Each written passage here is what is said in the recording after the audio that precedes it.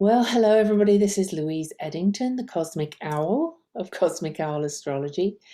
And I am a soul astrologer and author. I am the author of now 3 books.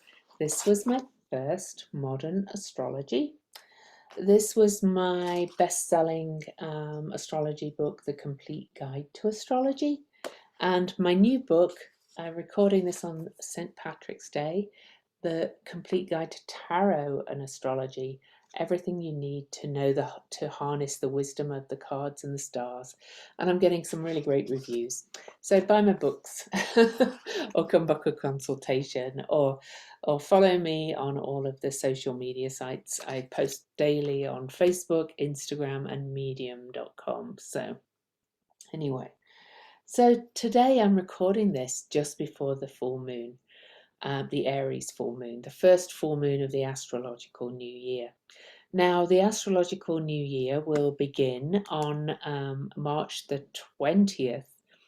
The ingress for that, when the sun moves in, will be at 11:33 a.m. Eastern time, and which is 4:33 p.m.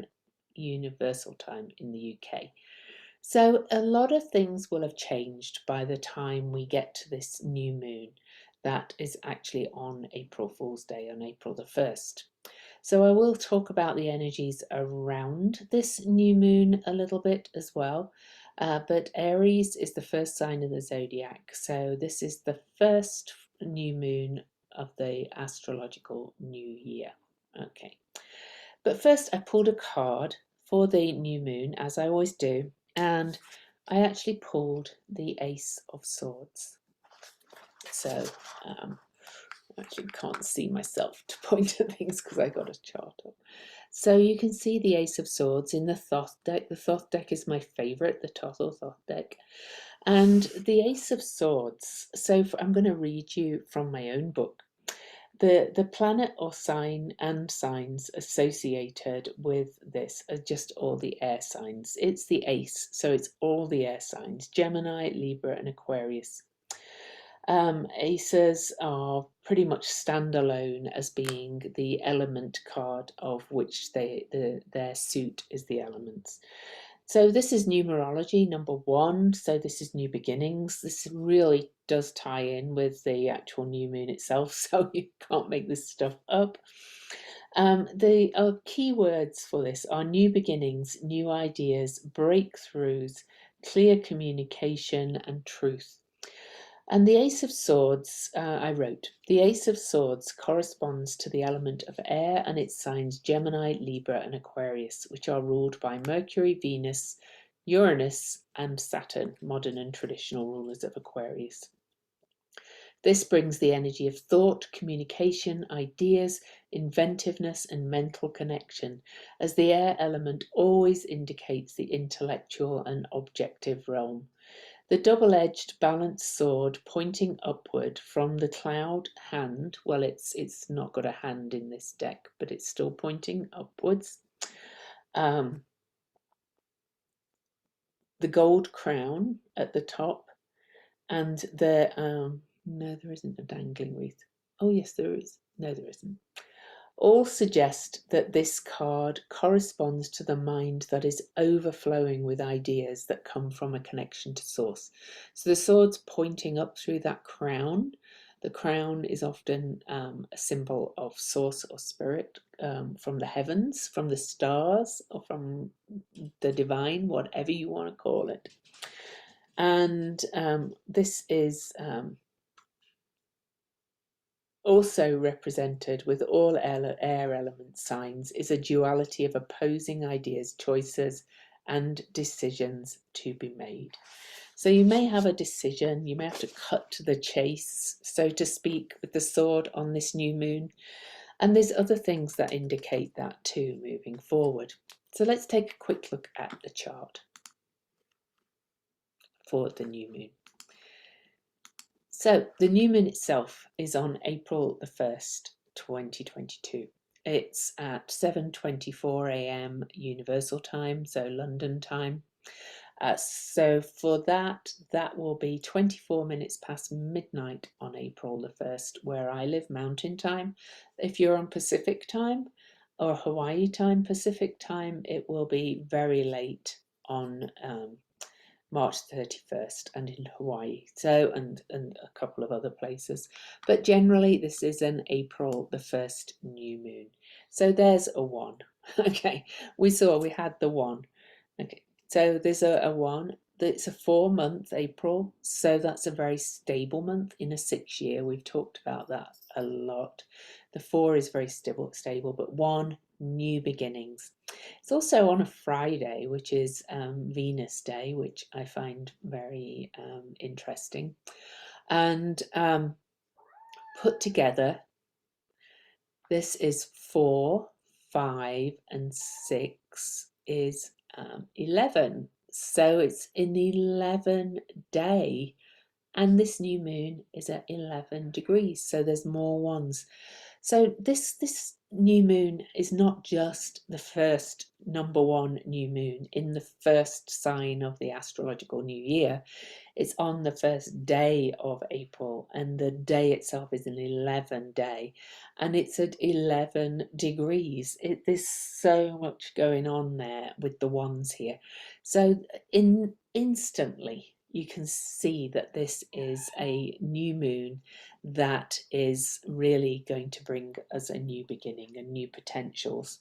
My cat's meowing, so lovely. Tried to shut her out, but she wouldn't. Not only that, this is at 11 degrees of Aries, conjunct Chiron. And as I record this, we've just had a conjunction at 11 degrees of Chiron with Pallas Athena, which was very much about ideas to bring healing and strategies, and how can we plan to move forward, and how can we see into things we haven't seen before, how can we kind of really put all the puzzle pieces together.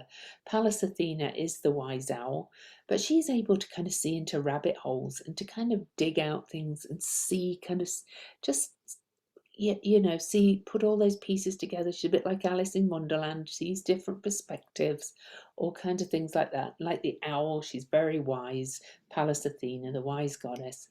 And Chiron is very much the healer. He's the key to healing. Look, he looks like a key, right? He's known as the wounded healer, and I think a lot of times we focus very much on the wound. And sure, often wounds have to kind of come up in our face to be healed, right? But he is the key to healing. Unlocking the healing of those wounds and addressing them often unlocks great healing. So this new moon is conjunct Chiron. The new moon is also conjunct Mercury.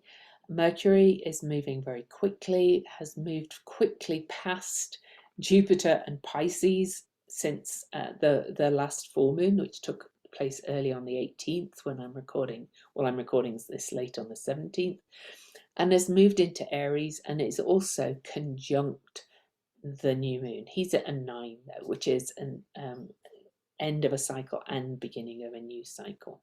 So we've got a very strong Aries cluster for this new moon. And unlike the previous few lunations, which were all at 12 and 27 degrees, if you remember, we had a lot in Capricorn and we had a lot in Aquarius. We've still got a lot in Aquarius, but now Pluto is on his own in Aquarius, and we're moving away. We've still got a lot in Aquarius. We've still got Jupiter and Neptune in Pisces, the rulers of Pisces. But now we've got all this energy moving into Aries. And when I record this, we only have Chiron, Pallas Athena, and Eris in Aries. And now we've got the Sun, the Moon, and Mercury all in Aries too. So everything's moving towards this North Node, and the North Node is moving back towards it. So we're really moving fast towards our future. Other things I want to point out is we still have all the planets direct, apart from asteroid Hygeia and a couple of very outer planets, okay? So all the major planets are moving direct. They have been for some time, and they are until Pluto stations retrograde on April the 29th. So everything is really moving forward, and sometimes it feels overwhelming because change is coming so fast. Okay, and Aries is the pioneer, so we're going to get a lot of pioneering energy looking in this. Aspects to the new moon, and I will talk about other things, but there's a couple of things I want to look at here. One of the major aspects apart from these conjunctions, well, first we have a square to Black Moon Lilith. Black Moon Lilith is kind of, out there. She's pretty wild. She's now in the sign of Cancer. She's actually on this lunation, kind of hovering back and forth over the sun of the USA. And she brings up a lot of shame. She is where we've been shamed. We're in the middle of as I record this, of the bombardment of the Ukraine. We're hearing a lot of people talk about, the part that NATO and the USA have played in it. I don't want to get into that, but there may be I have some hope that this is going to bring some big changes, right? So maybe I'm Pollyanna because I'm with Sagittarius. Another aspect, though, is a sextile. We have a sextile from the new moon to Chariklo, which is Chiron's wife. So she's bringing the healing in too. And Chariklo's wife is such a beautiful body, and I'm not going to talk at length about her, but I do want to tell you that I am recording on the 23rd. I'm recording a podcast episode with an astrologer friend of mine, Shelley Entine, and we are talking about Chariklo. Okay. And some key words for Chariklo are capacity for transformation, devotion, selfless service, holding space. She's a real space holder, healing, caring, midwife to birth and death. If you think of Chiron was mentor, teacher to the gods, I think Chariklo was kind of companion, mentor to the goddesses, and kind of a bit of an adoptive mother to the goddesses. Her name literally means grace spinner. I picture her in my mind sitting there at the spinning wheel with a circle of young gods, young goddesses around her, just spinning them stories, telling them all the tales of the old kind of oral tradition way of teaching people. That's kind of how I see Chariklo. And so we've got Chiron, the healer, next to the new moon, and Chariklo in aspect. She also means, sorry about that. She also means devotion, and we also have an aspect here, and closer aspect to Vesta, who is purpose, focus, and devotion as well. And she is keeping the hearth, the flame, the inner flame going, and the literal flame of Rome, the Vestal Virgins kept going. So you could say that are we going to keep the flame of democracy going through all of this? Read what you want into that. Other things, can't make this stuff up when you're recording from home. I'm just going to pause and let the cat out. And she's gone. I won't edit it out. This is real life and this is what happens. And I'm so busy, it's hard to find time to edit these things too, to be honest. But you can't make this stuff up. Other things I do want to point out, that Saturn is at 22 degrees. Mars is moving towards Saturn on April the 4th. And at this point, Juno is at 22 degrees as well, the sacred marriage, Eros Gamos asteroid. Mars and Saturn on April the 4th, right after this new moon, are going to meet at 22 degrees. And by then, the lunar nodes will have moved back to 22 degrees. And we have an 11-degree new moon, and then this 22-degree number highlighted. And this Saturn-Mars conjunction square the nodes. That is going to be a real challenging day, but potentially a big turning point also, because it's square to the lunar nodes. So I think we'll look at the 22 and the 11 in numerology. One other thing that's coming up imminently, and we're feeling it now really on March the 17th, but by April the 1st, oh my goodness, Jupiter and Neptune are coming together. to meet exactly on April the 12th and at 23 degrees of Pisces. Now, Jupiter is the traditional ruler of Pisces, and Neptune is the modern ruler of Pisces. And the two meet about every 13 years, but this is the first time they've met in the sign of Pisces since 1865, which incidentally was connected to the Crimea War, and Crimea is fought over by Ukraine and Russia. And it was also just before the US Civil War. So you can see we've got some tie-ins back to that time coming up. But at a personal level, Jupiter and Neptune meeting in Pisces between this new moon that we're looking at now and the full moon that will happen 2 weeks later, and this will happen just before the full moon, is peak kind of spiritual upgrade, but is peak confusion. It's kind of peak like emotion, because it's Pisces, which is a water sign, so huge emotion. And so even though it's an Aries new moon and you might feel ready to go and all the planets are forward, and we've got a lot of air, fire and air, so a lot of ideas flowing and a lot of impulsivity running around, I do think the emotions are going to be really high. I've said it before on my podcast that I find new moons a bit more emotional now than full moons often.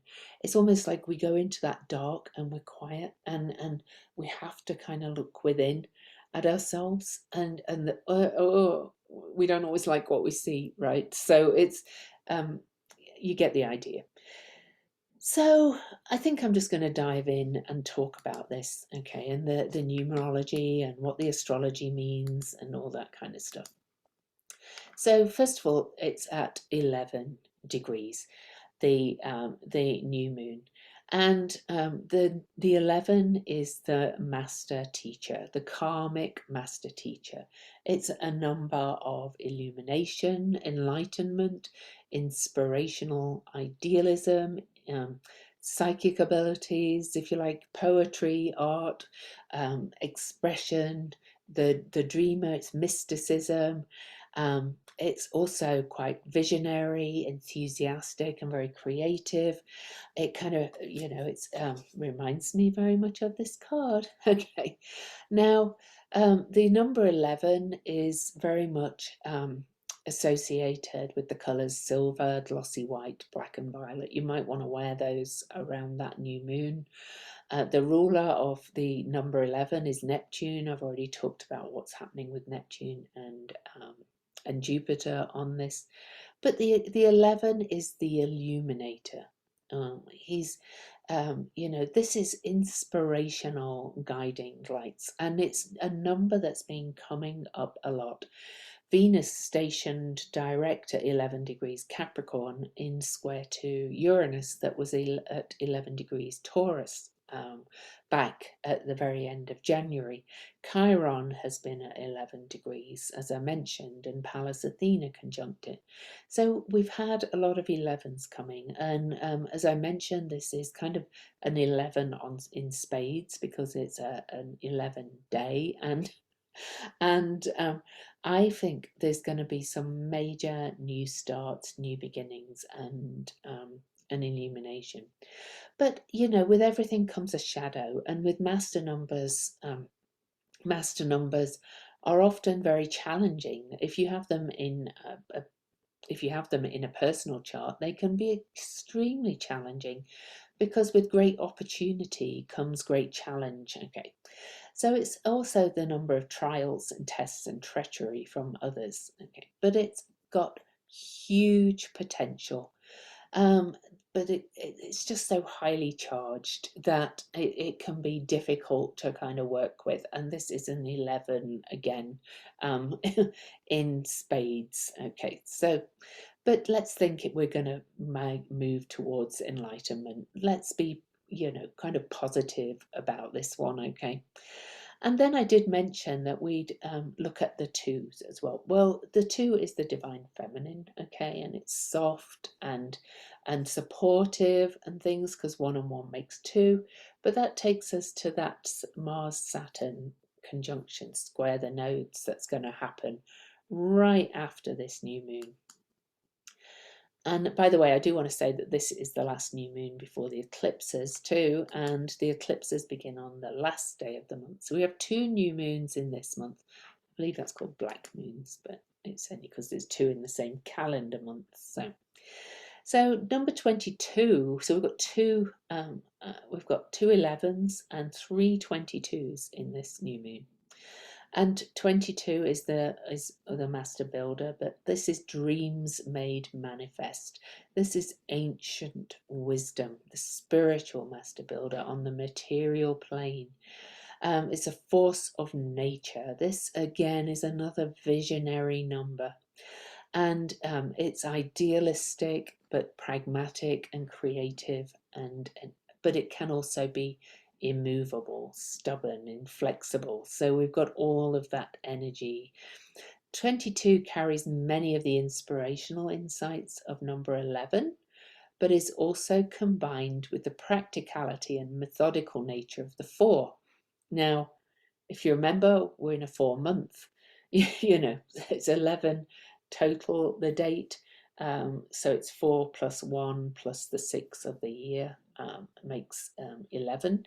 And so we've got the 22, the 11, and the 4 showing up here as well.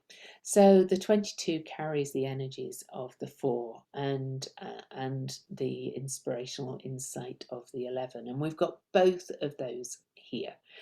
And both numbers are of power. The 22 particularly is of power and accomplishment, and its symbol is the cross of matter.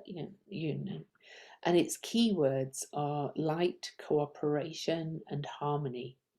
Okay, and it's really about cooperating with the divine's plan on Earth, which will be very relevant when I come to read the symbols. So this has huge potential, this new moon. It's two master numbers in and multiples of them as well, going around and around and around. Okay. So, but think that this is a potential to take the lead for new starts, to really be inspired and create something amazing. So, but it's conjunct Mercury, the new moon. So there's a lot of thinking involved there, a lot of communication, a lot of ideas. With Chiron as well, the other side, Mercury and Chiron are either side of the moon and the sun, which are together on the new moon. And they are spanning them, and it's saying, like, I can do healing words, I can have a healing message here. There's a lot I can say, or I may be receiving healing messages too. And then with the aspects to Vesta and Cariclo also being very healing, very focused, very devotional, and in Aquarius saying, I am prepared to devote myself to the future and to creating a better world for humanity.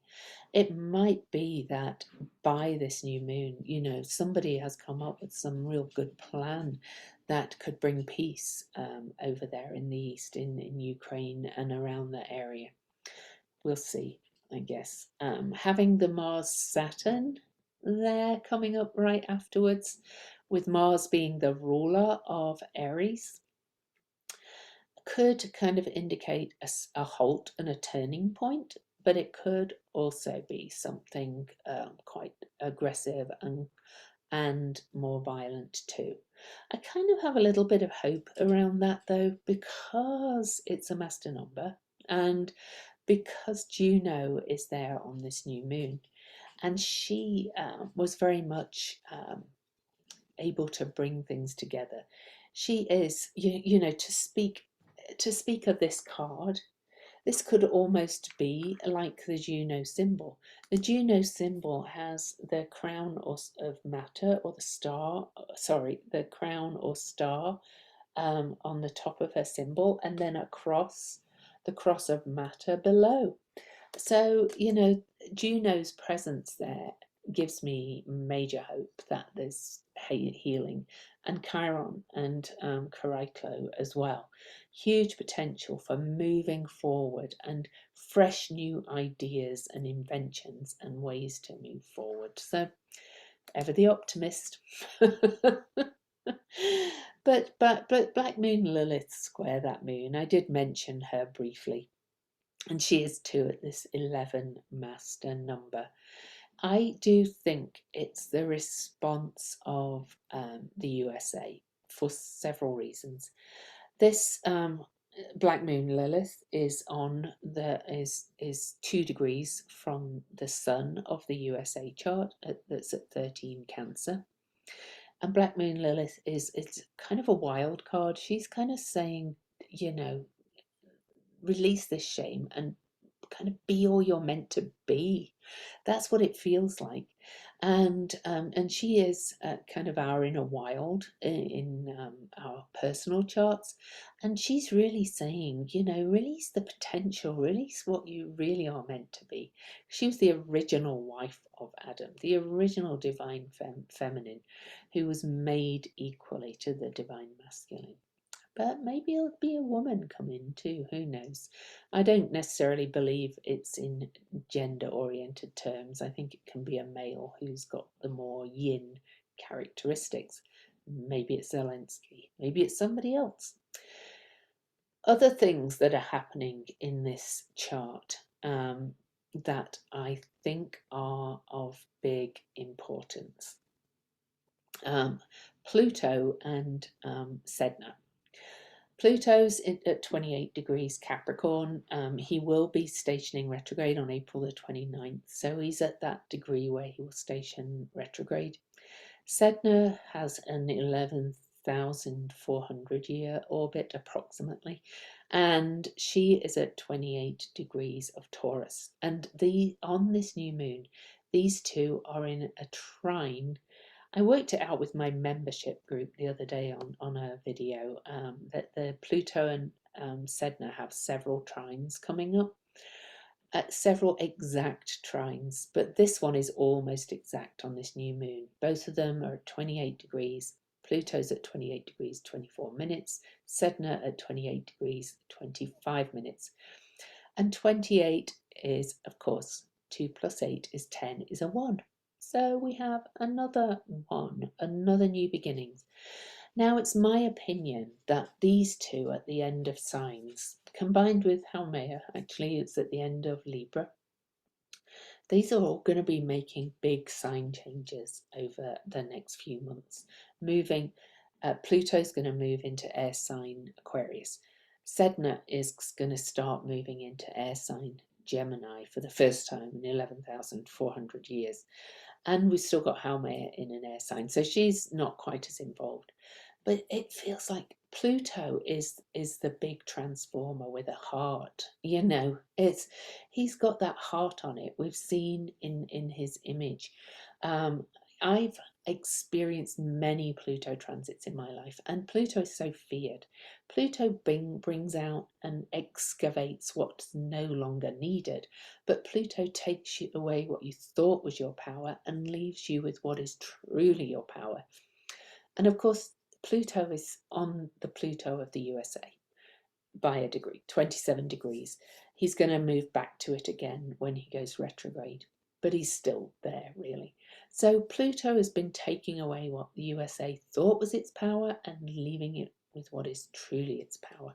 But it's not only that, it's the structures of everybody, all our lives. And Pluto's point here is saying we can create something new at 28 degrees. We can create a new way of doing things. We can transform from, the chrysalis into the butterfly. We don't have to do things the way we used to.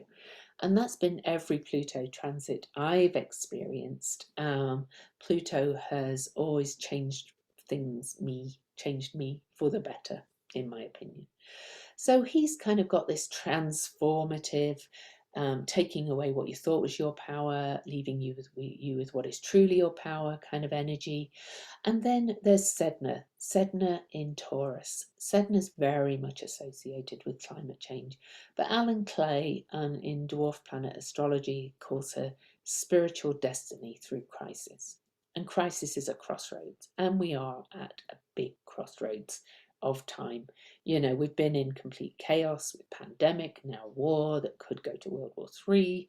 You know, it kind of feels like we're getting these major collective soul lessons. Well, I kind of like that these two are in trine on this new moon as all the planets are moving towards that north node, and then eventually they'll all move towards Sedna as well. So, because she is the slowest moving body in the world, or that we know of, not in the world, not in the world either, in the cosmos. You get the idea.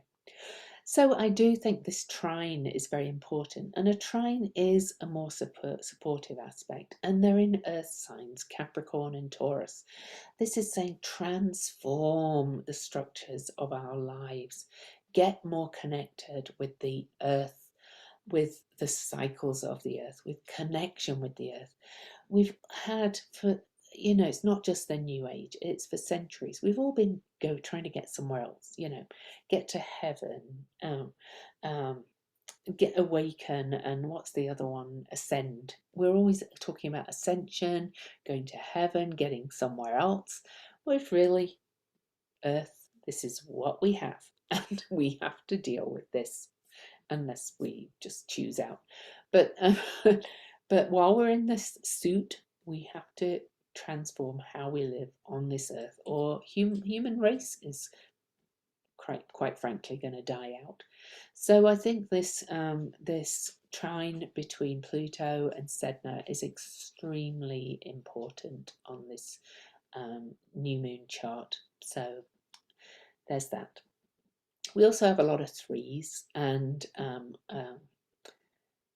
so yeah, we do. We have Jupiter's at 21, which is 2 plus 1 is 3. Chiron's at 12. Hecate is at 12, and Uranus is at 12. And 3 is a very creative, very beautiful, divine feminine number as well. I like that Hecate is conjunct. She's the goddess of the crossroads, the way shower, the triple moon goddess. She's conjunct Uranus, and Uranus has been, you know, shaking things up in Taurus earthwise. I think we might be beginning to see the way forward. And I think some of it is going to come from the crisis we're in. You know, we're oil prices and petrol, gas prices have been shooting up, um, and we're beginning to have to be aware of how we live. You know, how crazy is it that, you know, we ship these resources between different countries and things like that when we could have, you know, something different where we are and be much more locally sustainable. This is not kind of me proposing any particular political side of things, but, you know, some sort of Green New Deal, some sort of realization that, you know, we don't have to live this way. We don't have to keep digging Pluto oil out of the earth, which is Pluto.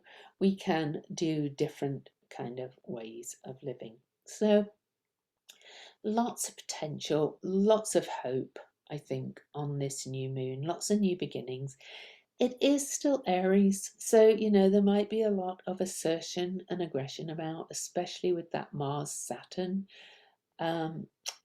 conjunction coming just 3 days after the new moon, square the nodes. But then 10 days after that, no, 8 days after that, 11 days after the new moon, we get the Jupiter Neptune conjunction, which is probably going to purge quite a lot of things.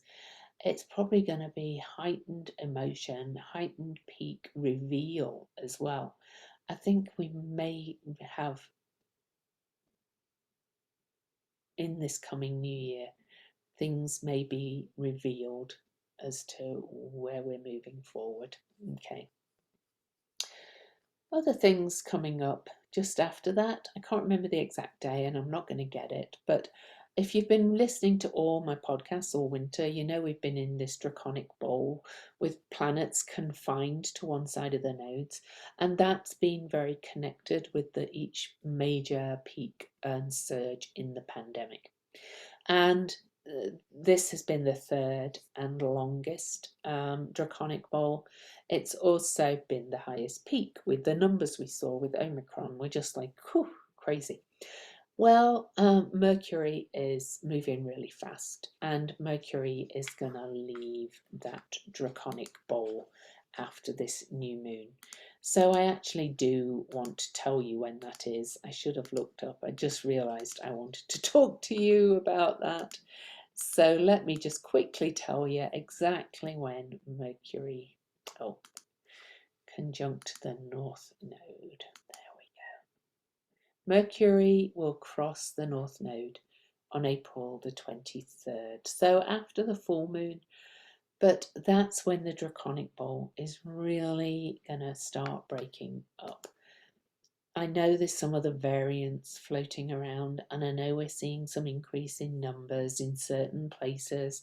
And I have a lot of friends who are still getting it, and Australia's got a surge right now, but nothing like we kind of had in the past.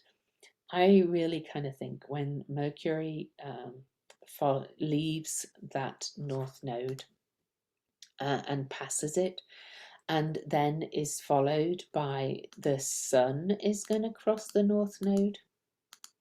So let me give you that date because I want you to kind of look ahead and go, yay, things are changing. The Sun will cross that North Node on May the 13th. And then these are the personal planets. Venus will then cross the North Node on June the 16th. And then I've not been able to find another time where we have all the planets confined by the nodes again.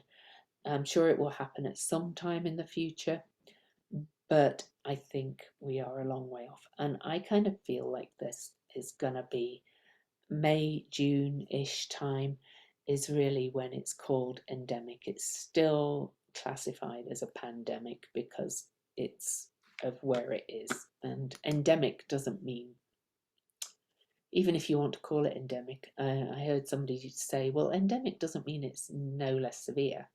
It just kind of means it's in the population and it's not going away anymore. So, but I do kind of really think we're kind of over the worst surges with the end of these draconic bowls. So, yay. All right, so let's look at some symbols. Now, if you follow my daily posts, you'll recognize this symbol. So I'm going to read this one. Then I'm actually going to read, so this is the Chandra symbol as interpreted by Elias Lonsdale. John Sandbach actually channeled the symbol, so I'm going to read something he has to say too. So let's read the Sabian symbol first, actually. So the Sabian symbol, a triangularly shaped flight of wild geese. Now, Rudyard said an idealistic reliance upon a mental image of universal order. I am going to disagree.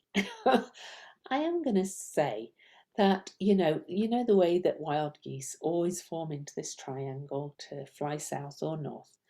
I'm going to say there always is some kind of cosmic order. Okay, and that we kind of flow with it if we're in tune with it, as nature often is, as geese really are. Okay, I'm going to suggest that it's recognizing the cosmic order. Not, he said, the principle of cosmic order polarizes the all too human reliance on the social concept of law and order. I don't see it that way.